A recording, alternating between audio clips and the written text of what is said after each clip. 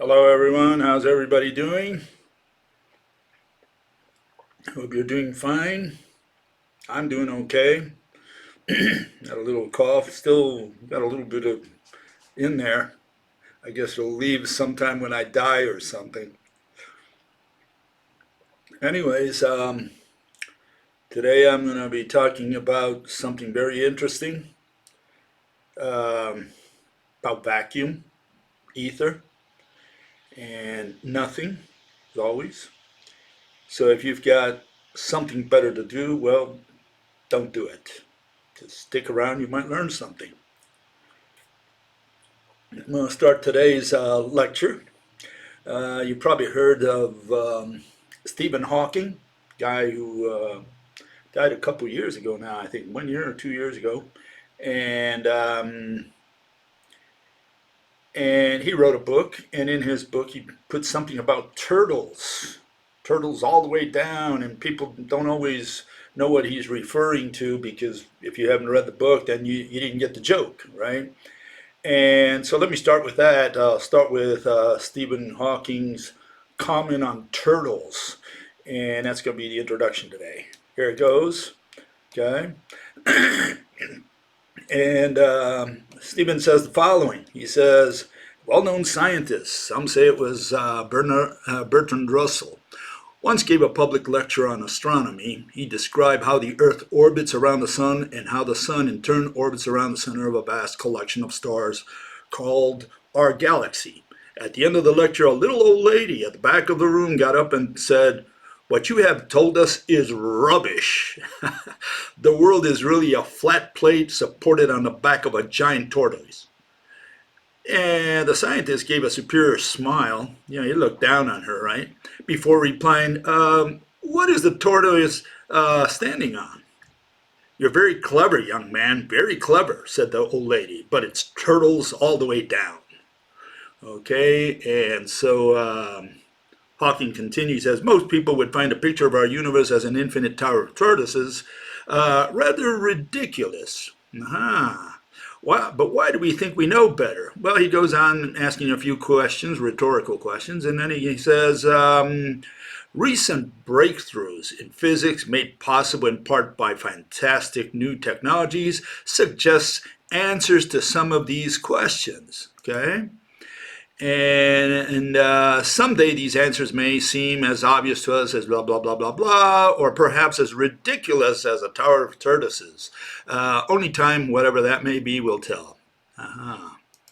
So,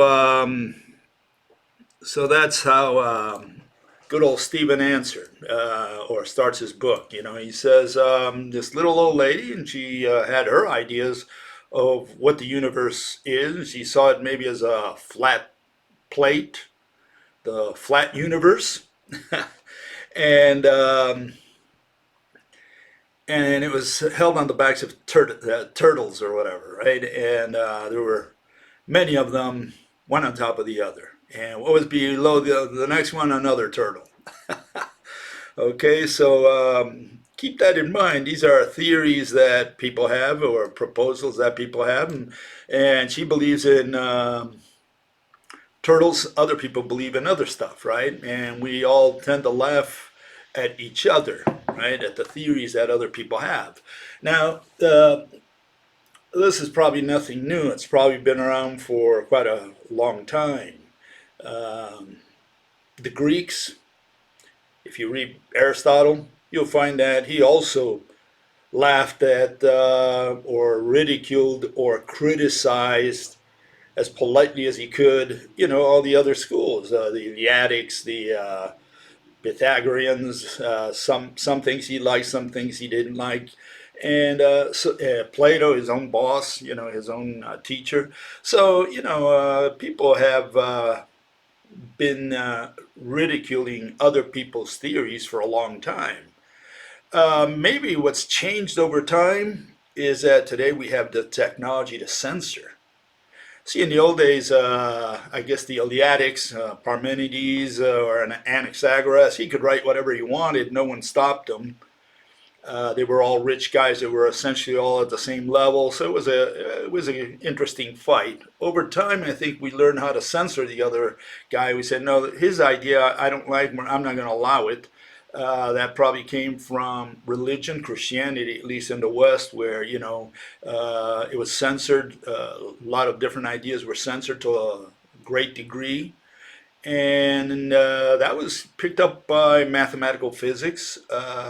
Today we have people like John Bias. He wrote his crackpot index.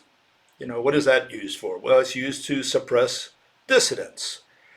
But that's to ridicule them, to make fun of them and say, look at the ideas this guy has. But that's not where it stops. It stops in that you're not allowed even to publish your ideas. And I'm not even talking about publishing in a peer-reviewed journal. You go to the Wikipedia, you won't find the rope hypothesis, my proposal, which is a totally different proposal. And it doesn't mean that you got to believe in it. Doesn't mean you even have to like it. I'm just saying here I'm putting a different proposal, a different explanation for the universe, and you're not allowed to put it in a supposedly non-peer-reviewed system such as the Wikipedia. A fellow once got in touch with me, and he said, look, I tried to put the rope model in there, and I received a response. He tried to put it, I guess, under light or electromagnetism, one of those existing articles. And they forbid it. They said, you can't put it here. And he said, well, why not? He said, well, you need to have it backed by a paper, something that's written in the literature. And he says, it has been published. And he pointed out that it was published. And they came back and they said, well, that's not good enough. They said it needs to be published by two independent authors. In other words, it's not sufficient that I published it. No, now I need two other people to publish something about the rope model, in some journal. And of course, if you go to one of these so-called respectable journals, they're going to see they're going to ask, where's the math? They don't want qualitative stuff. They want quantitative stuff. You read almost every paper that's written in the official literature. It's all math. You will never see a picture in there, maybe once in a while. It's all math. And so you can't criticize quantum or relativity on the basis of your qualitative interpretation. They don't care about that. And so you won't get it published, and that's what the rope model is about. It's about qualitative stuff. And so that doesn't get out there. Why? Because it's censored, even through a non-peer-reviewed source, which is by many considered, informal, because they say, oh, you got that definition from the Wikipedia, what can you expect? They'll throw that at you. And like saying you're attacking a straw man when you do that. But then when you try to put something in there, you got all these hounds that are, patrolling and will not allow you to put what you want in there.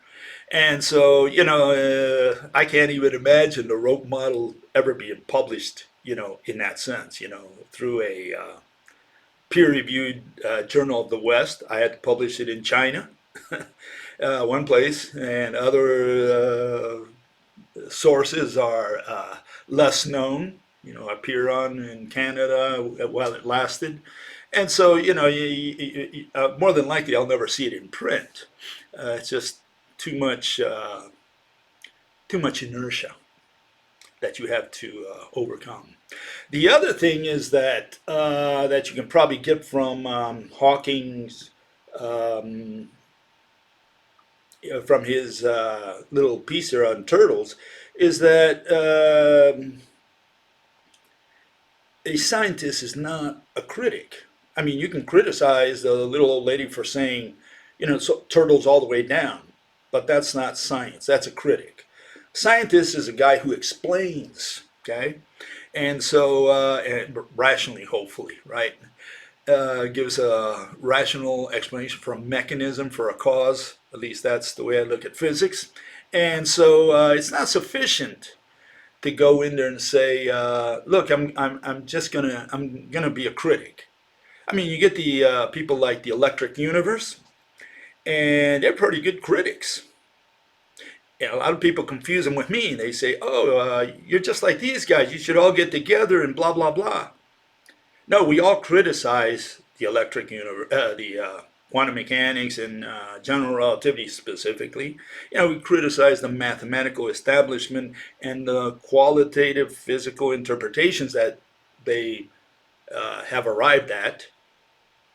But that doesn't make us friends. We have a common enemy, yes, but they're my enemies too. And they're my enemies because of what they propose in exchange. It's the explanation that they propose which is irrational. And that's what I'm going to talk about today. You know, a little bit about the electric universe and what is irrational about it. Okay? So, again, if you have something better to do, you know, don't do it. Stick around, you might learn something. Okay, the other day I posted some questions regarding the ether, one of the things which I believe is an irrational proposal. Why? Because ether means bunch of particles. That's what it means. And so here were the questions. You can see them here. And what am I looking at? Well, I'm looking at not what the ether does, but what the ether is. In other words, what is it made of? And that kind of thing, you know. And so I asked the following questions, and these are the questions that a person who really wants to put his ether to the test should answer, because these are the questions that a rational person is going to ask him. Does the ether fill space, or is the ether equal to space? I mean, is space something different than the ether, or are they both synonyms? Okay. Then the question is, what encapsulates each particle that constitutes the ether? Okay, because if the ether is made out of particles, something is giving it shape, or something is outside of it, of each single particle. Okay, and if it's space that contours, in other words, if ether is within space and space contours each particle, then you have to define what space is or draw space. You got to do one of the two. You got to show us a picture of your space or define it.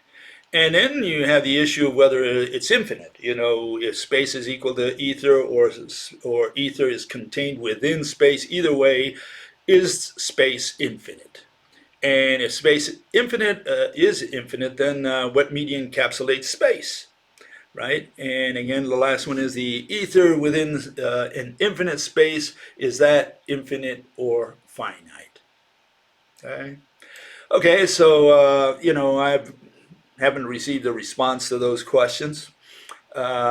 People just keep saying the same thing, nonsense, over and over and over. That's all you'll hear, because you know, they have no answers to these questions. And they want to move on. They say, look, this is what the ether can do. It's the vibration, and that's light, and it's made out of particles. You know, they go with what it's made out of, what it does, the vibration, that kind of thing, but they never tell you what the ether is, specifically if it's infinite or not, and what contours each particle. So these are the questions that they need to answer. And of course, they can't answer that. One person tried to answer that, and this is essentially what she proposed. She says, look, the ether is made out of positive and negative particles. We don't care what they're called. Let's just deal with that. Some are negative, some are positive. That's the way they look at them. Okay, great. Forms this sea of particles. That's essentially what the ether is. And the question is, what is the black stuff? We want to know what the black stuff is. And what she calls herself, the fractal woman or fractal lady. And she said, okay, I can tell you, look, it's we have particles of matter, and that's the yellow stuff there. And those are enclosed by the ether, which is the white and red particles there, and also that black stuff, which we're going to get to. And so you say, well, you know, what is that ether? Well, that ether is really, you know, these red and white particles, positive and negative or whatever. Okay, and what contours each particle? Well, it's the BEC. That's what she answered. And what is the BEC? Well, it's the Bose-Einstein condensate. You don't even have to know what that is. It's just a gas that it's cooled at very low temperatures. That's all it is. So we're talking about more particles, essentially. So the question is, what is each BEC particle contoured by? And the answer there was it's also contoured by the BEC. The BEC is it's what contours the BEC. So you might say, Bill, don't you have anything better to do than to beat up on little old ladies? Well, we're back to turtles. That's what it is. And one of the problems I see is that a lot of these people, there's lots of them, and they clog the internet. They clog the airwaves. And they don't have the intelligence or the reasoning abilities to do this kind of work. They should do something else. And they don't. And they're enthusiastic and they want to do physics because they think they've got something or that they can reason it out. They can't reason these simple things out.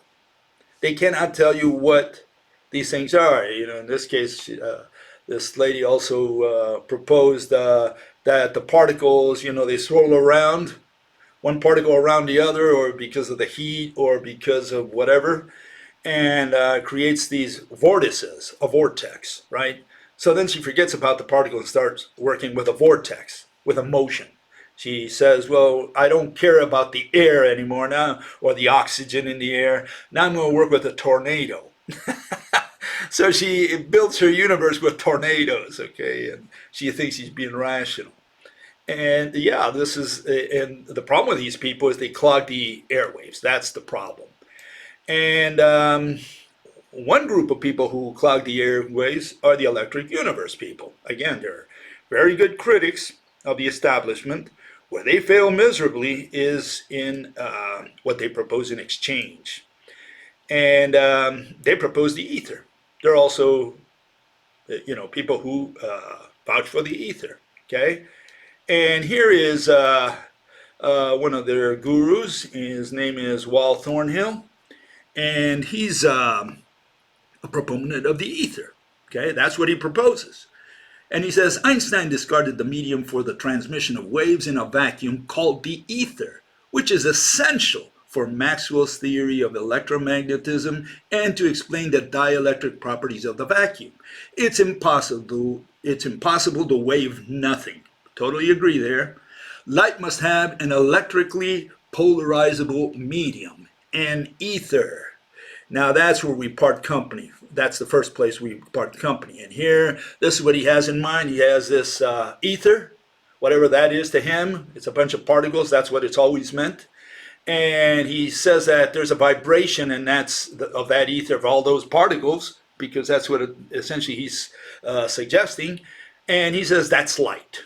Okay, light is the vibration of the ether. Okay, so that's what most of these people have in mind when they talk about the ether. Okay, let's continue. And he says the following. He says, having a universal medium discards Einstein's principle of the equivalence of inertial frames of reference and the constancy of the speed of light.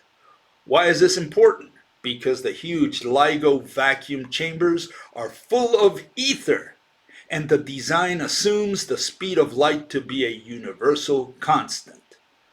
And I like the fact that, the group that vouched for them, I guess they created a conference or whatever in 2017, says for many newcomers to the new paradigm, the greatest discovery will be that the electric universe is testable. Well, in science, we don't test anything, so they should understand that. Yeah, as you can see, well, let me put that back up here. You can see the what he's proposing. He's saying, look, the ether must have a medium. And what's the medium? He says there's an electromagnetic wave. And he puts this contraption there, this ridiculous contraption.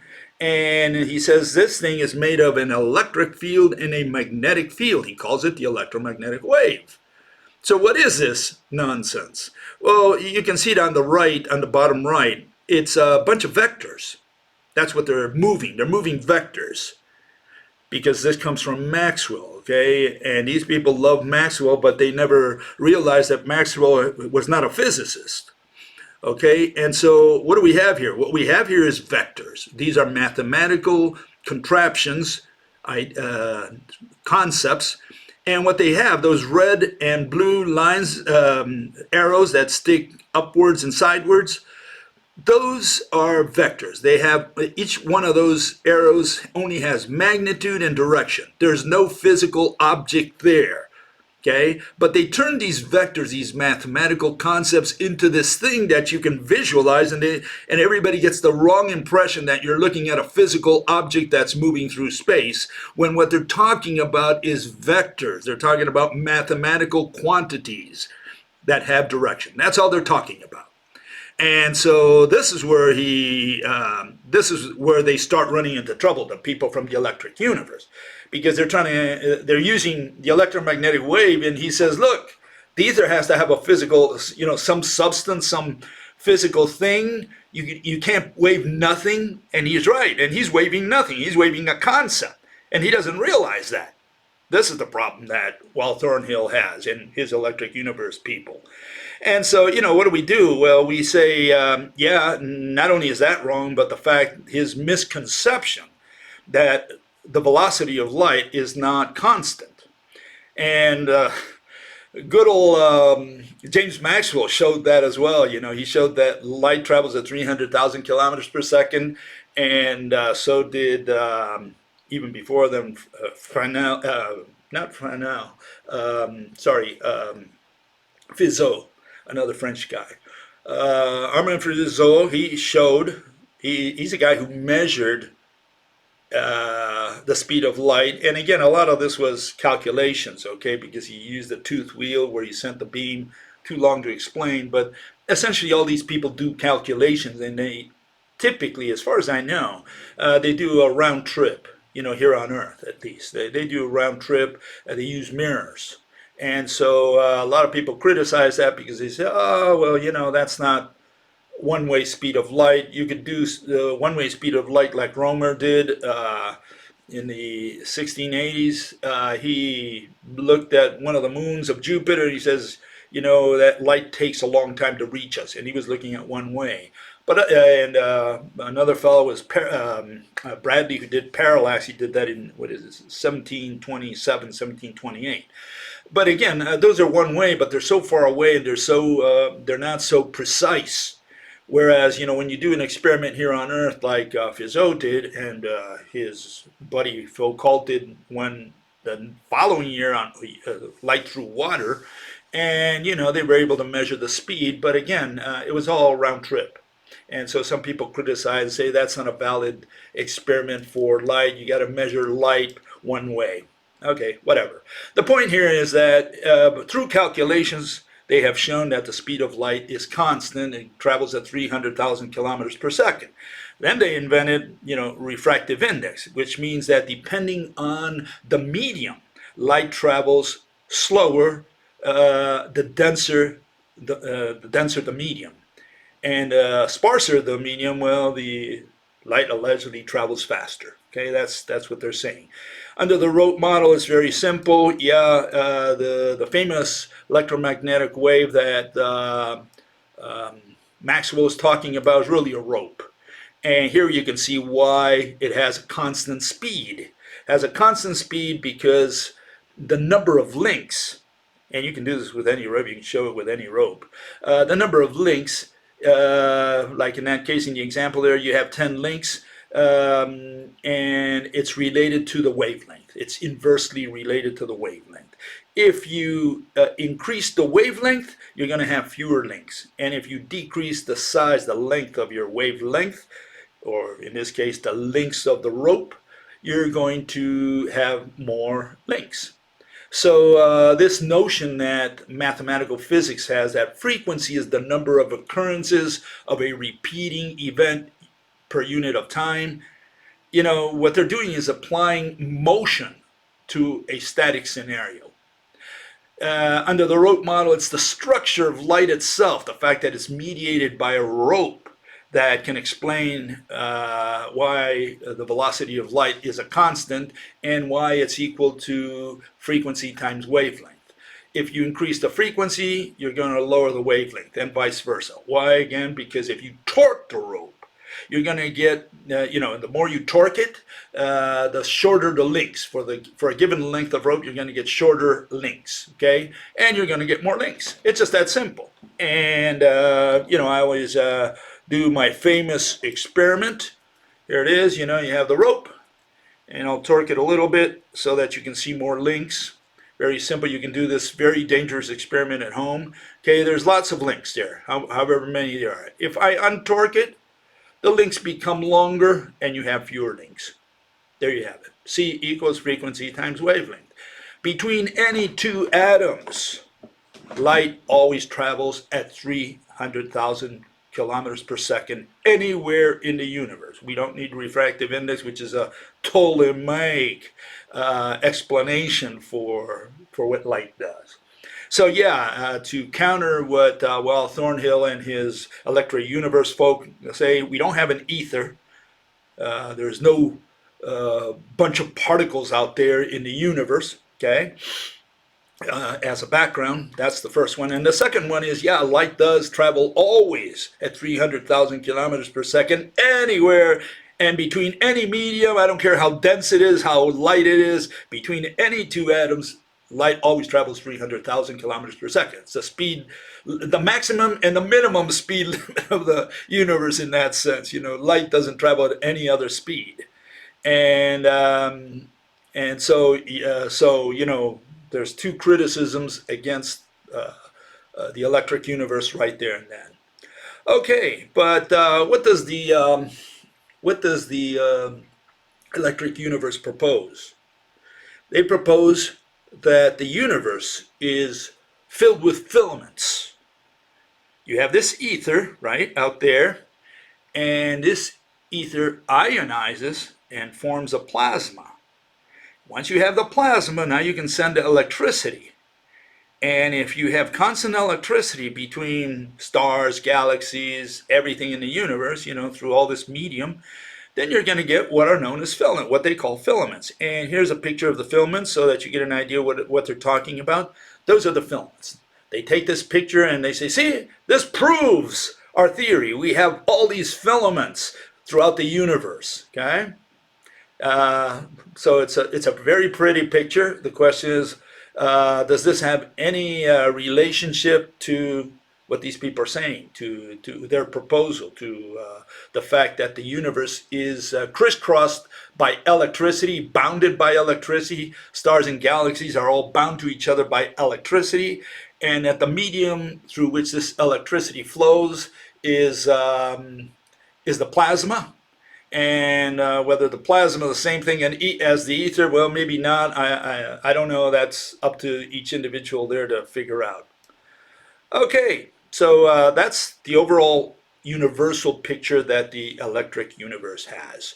Okay, so what is the problem? The problem is that one guy wrote to me and he says, the electric universe doesn't have a definition for electricity. I mean, here it is, the electric universe, and they have no idea what electric means, okay? And he writes the following, okay, and he says the following. He says, nobody that I have heard within EU group claims to know exactly what electricity is, but only its outward manifestation. You run a current through a wire and one gets a magnetic effect. In other words, these people are doing everything empirically. It's what is called an operational or functional definition, which are unscientific. They're unscientific because first they're after the fact. Usually we define words and then we apply them any way you want, but you don't wait till the end of the presentation to find out what the definition of what you explained for the last hour was, which is what the electric universe does here. They're saying, look, we measure and we see something, we'll call that electricity, and that's the definition of electricity. Okay? And here's their formal definition of electricity. This is taken out of their site. And here you can see that they have no idea what electricity is. Okay, it's known as the Thunderbolts Project. They're associated with Electric Universe, so they're all the same. Electricity is a fundamental quality of matter. Great. So it is used to characterize other things. Thus, consensus opinion is lacking precision. Okay, so they're saying everybody's got his own opinion or idea, and we're not very precise. But I like the next statement better. Like all bedrock presumptions, such as gravity or time, reducing electric terminology into smaller units is impossible because it lies at the bottom of the lexical well. Okay, and you can see what kind of problems these people are running into. Here's electricity. He says, which we define as the flow of electric charge, travels through a circuit continuously. So we have the flow, and the flow is traveling. So we have the motion of motion. You can see how careless these people are with their definitions. They're really very unscientific, and this is their foundation because they don't care about definition. They think that's semantics and that's stuff for English majors. So they don't do that. They just work with electricity. They don't define electricity. Okay, and then he says electromagnetic energy flows in only one direction. Energy flows? Energy is another concept, an undefined concept. You can look it up. No one knows what energy is. They have several definitions for energy. They have several types of energy. And they're talking about that this concept, it's a concept. You can define it in terms of ergs. You can define it in terms of joules. There's all kinds of energy out there, and everybody just uses the word. And he's saying, they're saying here that energy flows. And again here, electricity, which they define as the flow of electric charge, he says electricity moves through a DC circuit in the wires as particles of charge. Okay, so we have electricity moves, and you know, when you point this out to them, they say, "Oh, yeah, you're being picky about the language." No, if you're going to put the foundations, you're going to call your religion the electric universe. You had better define what electric means. Otherwise, you're putting out garbage. That's what it is. Okay, and it says, you know, electrons and protons are not carriers of electric energy. Both are necessary in the electric universe. They're necessary, but they don't. But they're saying that they're carriers. What do you mean carriers? They carry it on the back.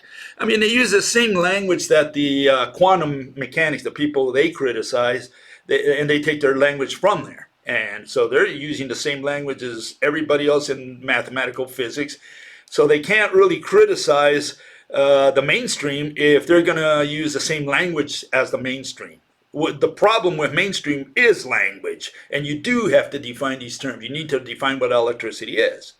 Okay, so what's another problem? Well, another problem is they're going to do electricity, and you talk about the flow of charges, whatever charges are, another concept. And the problem here is that their flow of charges, they're referring to electrons. And you mean, what do you mean? What kind of thing is this electron? And the way they look at it is the electron is a bead. They're using Niels Bohr's and Ernst Rutherford's planetary model of the atom. This is the atom that the electric universe uses. Okay, and you can see here, says atoms are composed of three components, basically. This is their official version, okay? They are protons, neutrons, and electrons. Okay, so they're saying there's a proton bowling ball, a neutron bowling ball, and an electron bead, a little marble there, okay? Now, neutrons don't have any charge. Great, whatever charge is. Protons have a positive charge, whatever positive means.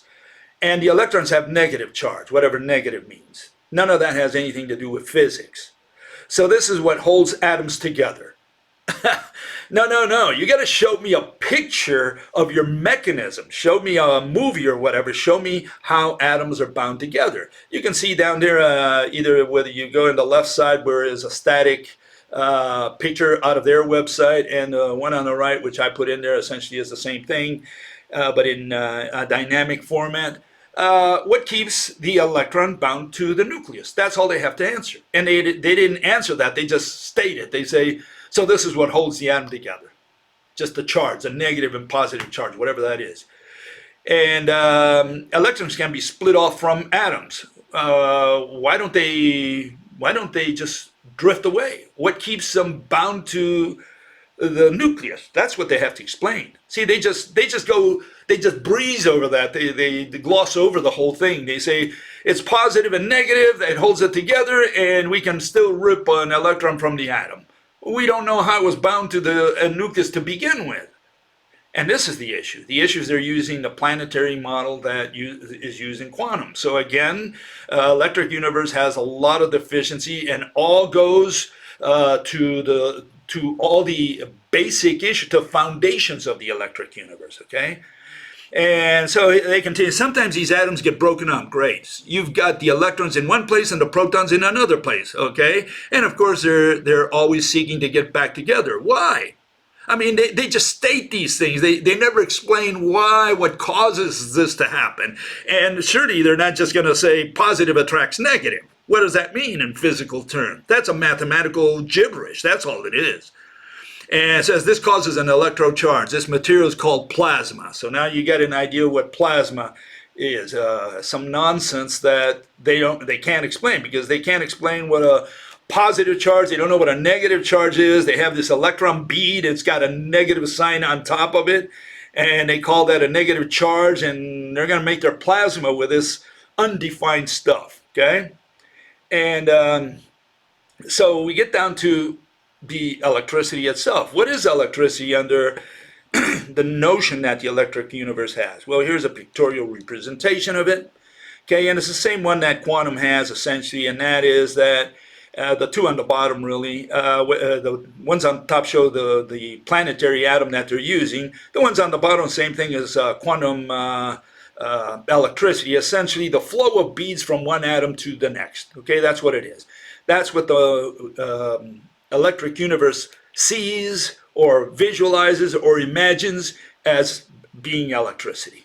Okay, so this is their version of electricity, just beads flowing from atom to atom. Okay, so now you know what electricity is. Okay, so what is the problem with this? Well, the problem comes that, they say that this is produced in the universe, right? Remember the filaments? Well, it's produced because there's a plasma out there. What is a plasma? Well, let's get down to the bottom of it, the lexical well, as these guys say. Here you have the plasma according to the Wikipedia, and the plasma according to the electric universe. And plasma in the Wikipedia says one of the four fundamental states of matter. Well, if it's a state of matter, it's a concept, because there is no physical standalone object called a state of matter.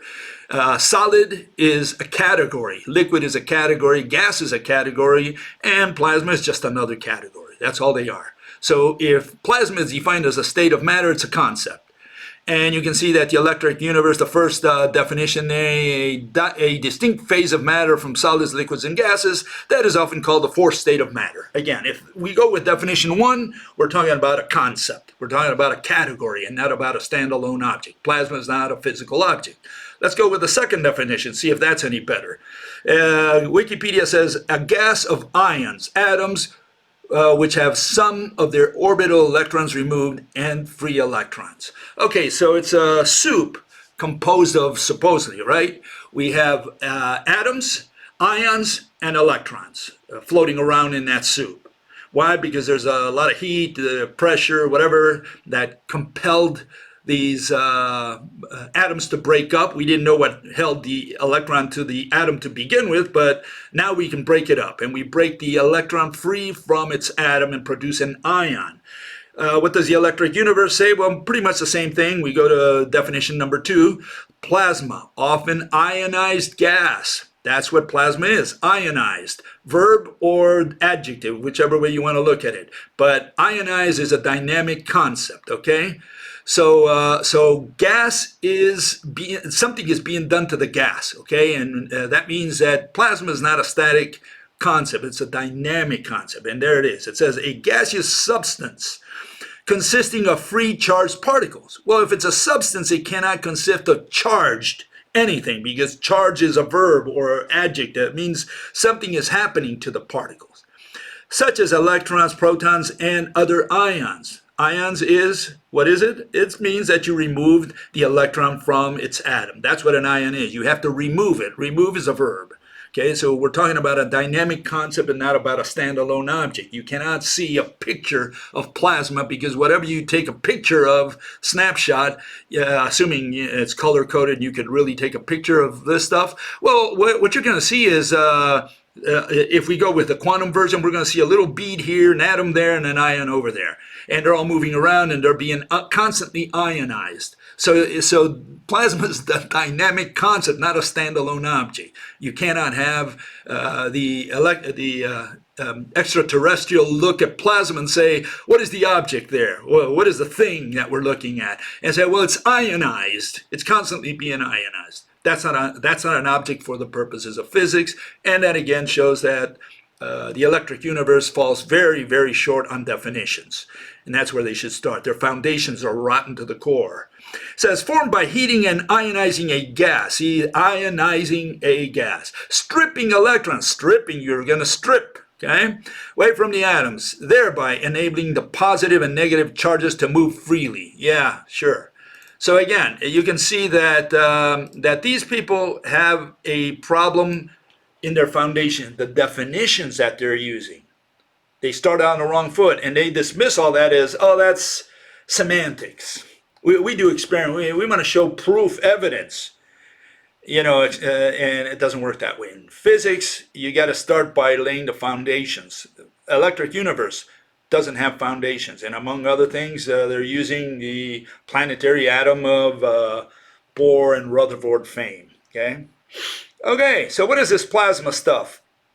No, it's just particles floating around. That's all it is, and this is what they're going to use to create the electricity throughout the universe, which they visualize as filaments. And what they want to do is present proof, evidence. They're never going to rationalize it for you. They're just going to say, let me show you the evidence. Here's a picture of the filament. See, that's proof that we're correct. That's what they want to show. They're not going to say, let me tell you what a filament is. Well, a filament, what is it? An electric bolt that goes from atom to atom, and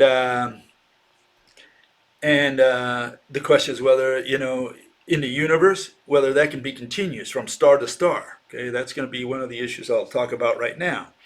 I worked in the semiconductor industry for many years, and I worked with plasma. I'm a plasma guy.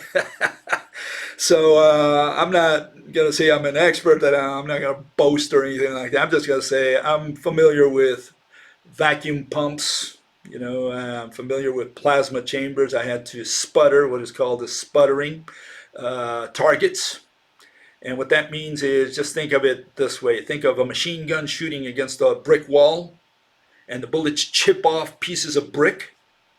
And that's what a sputtering gun does. You have this plasma inside the chamber. You have a target. I used aluminum, titanium nitride. And what the bullets, which in our case was argon, it's inert gas.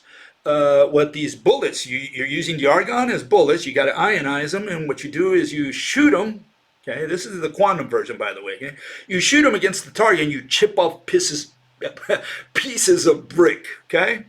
Pieces of aluminum, pieces of titanium nitride, and they fall on the wafer, and you coat the wafer. You essentially go like a machine gun and just chip all this stuff that falls on the wafer.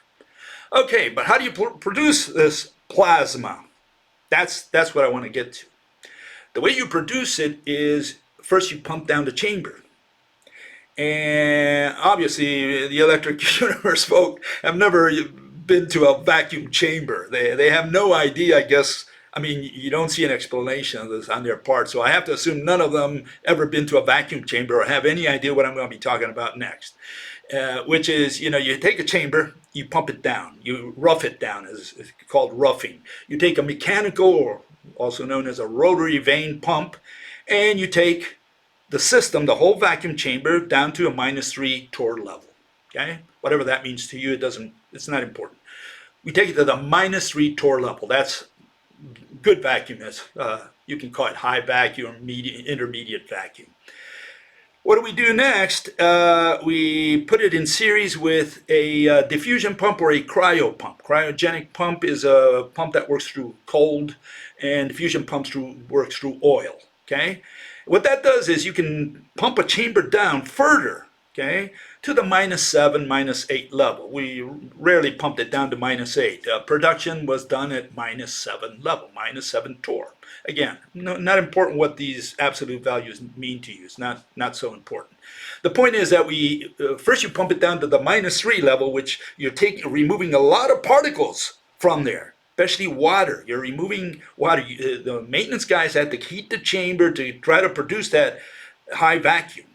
And you take it to the -3 with a mechanical pump. Now you take it to the -7 with a diffusion or cryo pump. And now you do your sputtering. But you can't do your sputtering. See, the next step is the one that I want you to focus on. Think, okay? Listen to me. Now you have to introduce argon into the chamber. And you take it back to the -3 torr level. So let's see if you understood. You pump it down with a mechanical pump to -3 torr level. Okay? First step. You take it down to the -7 level. Remove more particles from the system with a diffusion or cryo pump, which are high level vacuum pumps. And once you got it at the -7 and it's stable, and you get, okay, I got a -7 on my gauge here, it's constant. Now you introduce argon, which you ionize, and that's what you're going to use as bullets. When you introduce the argon, you're taking it back to the -3 level because you're putting particles in the system, so you have higher pressure. That's why it went from -7 back to the -3 level. I hope this wasn't over your head. -3 down to -7, you introduce argon, it goes back to -3. Is that clear? That's what you do. Now you can produce a constant current with the -3 level. In fact, fluorescent tubes that you've probably seen some of them, they function at around 0.3 torr, almost, maybe, no, I'm sorry, 0.3 atmospheres, about 220 thereabouts torr. Or maybe, if some people say maybe it's between 0 and 10. So you have to fill that tube with something if you want to have constant current. If you evacuate it completely, you don't have any material in there to do plasma, let alone electricity. So you can't pump down the chamber all the way down to 0, assuming you could, right? So what happens? Let me show you what these levels, vacuum levels, are in comparison. This is just a picture for you to visualize what vacuum levels I'm talking about, okay? Here you have a 10 to the -3 torr level. That's usually what a roughing pump will take you down to. And you can see there's more particles there than on the right hand where you see 10 to the -7 torr. That's where we have to pump it down for chip manufacturing, but then immediately we have to fill it in with argon and take it back to the 10 to the -3 torr, because that's the plasma level. You need that, okay? Now what happens next? Well, we've measured the vacuum on the moon, and we did that with Apollo 11, for those who believe that we went to the moon, okay? And they also measured it with Apollo 14 and 15. Okay, so we have a good idea that at least during the daytime, and when the astronauts are far away because they're stirring up particles around the sensor. But when everything's calmed down, they say, look, in general, it's 10 to the -11 torr level. What is that? That's essentially the vacuum level of the solar wind, because the solar wind is going right through the moon. Now, when the moon shows, the moon is showing its bright side to the sun, the backside, the dark side, can get down to -12 level. So, the solar wind, you can say, is around 10 to the -11 torr. That's a calculation that you see there, 80,000 particles per centimeter cube, per cubic centimeter. That's approximately how many particles are in a cubic centimeter, even at 10 to the -11 torr. Now, intergalactic, interstellar space are in the 10 to the 16 to the 10 to the minus 19 torr. These are all calculations. It's not like we sent Atom Man out there to count particles and count torr. These are all calculations. Okay? And the question is whether you can produce a plasma, at 10 to the 11th, which is the solar wind, which is the vacuum level of our solar system, let alone between galaxies, interstellar or intergalactic level. You're talking about 10 to the minus 16 to 10 to the minus 19, against just calculations, but we think it's lower over there than it is here within the solar system. And the question is whether you can produce, constant electricity to produce the filaments that the electric universe talks about. That's the issue. And so, first we have to go back to electricity to find out what electricity is. And here it is. This is the traditional version of electricity. And that's that you have atoms inside a vacuum chamber. You've evacuated all the stuff in there. You put in argon, for example.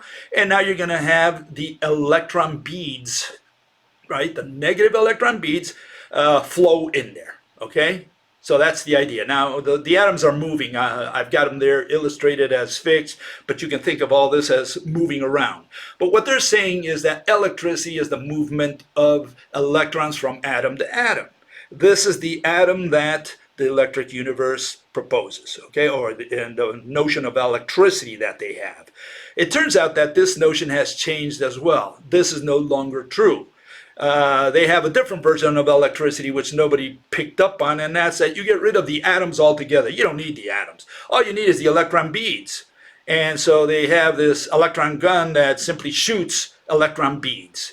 So now they're doing it with electrons, beads, instead of doing it with atoms flowing from atom to atom. It's like we no longer need the atom to do electricity. That's what they're saying, okay? That we don't need matter. You can say that electrons are matter. There's a dispute on that as well. But essentially, they're doing it with electron beads. And so the question is, which of the two versions does the electric universe ascribe to? And that's got to be clarified. Now, I'm saying that you can't do it with beads, and you can't do it with very little matter. Here you have Mr. Zeus. You know Zeus. He's the god over there in Mount Olympus. Well, he shoots his thunderbolts, but he doesn't shoot it continuously. You can produce what is known as arcing. You can produce an arc every now and then if the atoms align properly. If you have enough matter in there, yeah, you can produce an arc. We've had arcing in our chambers at lower vacuum than -3 level, -3 torr. But you get every now and then. It's not like arcing is a constant thing. Zeus has to take a break. He throws one thunderbolt, then he takes a nap, drinks some beer, and then he throws another bolt. That's how you see arcing in the sky when there's a storm, right? You see every now and then you see lightning. You don't see it constantly, electricity just flowing through the sky.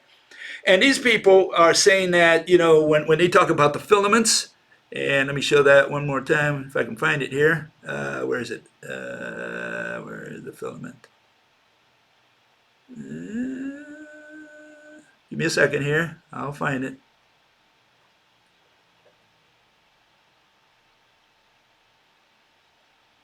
I lost it.